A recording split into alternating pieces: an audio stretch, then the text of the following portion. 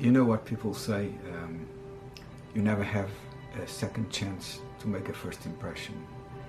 And this is the problem the Neanderthals have had for more than 150 years.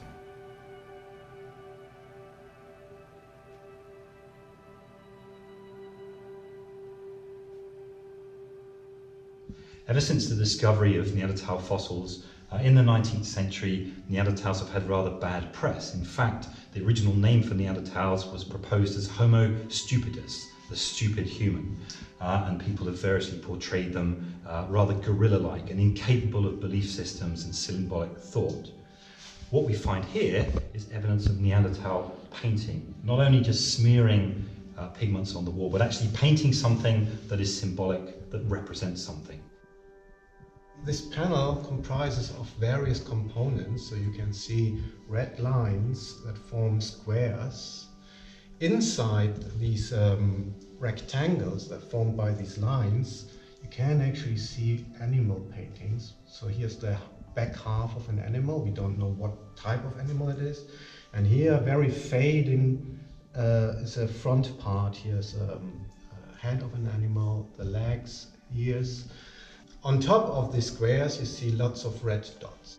Nobody really knows what this means, but it's certainly done by humans who came into these caves and painted the walls. And the very question is, how old and when did this happen?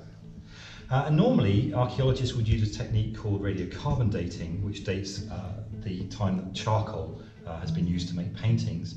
But we can't do this with these kind of paintings because they're made out of mineral pigments. So instead, we're focusing on these tiny white crusts that have formed on top of the paintings. And they're made of calcium carbonate, and they're formed by the water percolating through the rocks, and they precipitate out calcite. If this calcite was precipitated on top of the painting must have been there for it to precipitate on top, which means the painting must be older than the age of the calcite.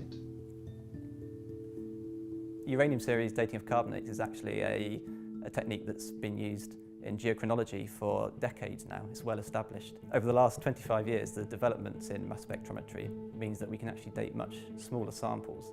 This is really important for archaeology because it means that we can date these small carbonate crusts found in associated with cave art. The samples are first dissolved in a weak acid to flush out the uranium and then flush out the thorium so that we separate them out into two different solutions. The samples are taken to a mass spectrometer and analysed in order to determine exactly how much of the different isotopes of uranium and thorium are present in them. The samples are introduced and then enter an argon plasma which ionises the different atoms of uranium and thorium, so it gives them a charge. They're then accelerated past a magnet which deflects them according to their mass to charge ratio, and then the signals of each mass are collected.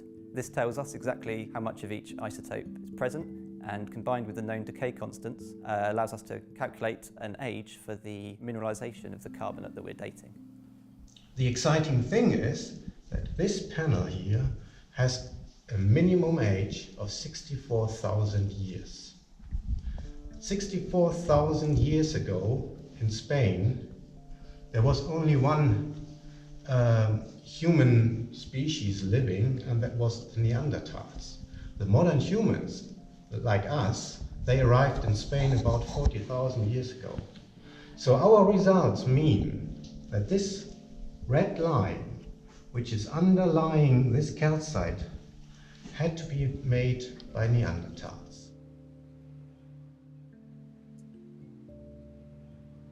And the fact that we have this from 3 caves in the north, centre and south of Spain, older than 65,000, shows us that this was a deliberate part of their symbolic or cultural repertoire.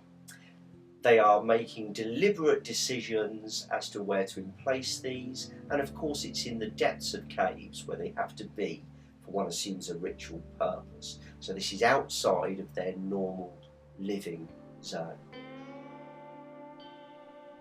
To my mind, this closes the debate on Neanderthals. They are part of our family, they are ancestors, they were not cognitively distinct or less endowed in terms of smarts. They're just a variant of humankind that as such exists no more.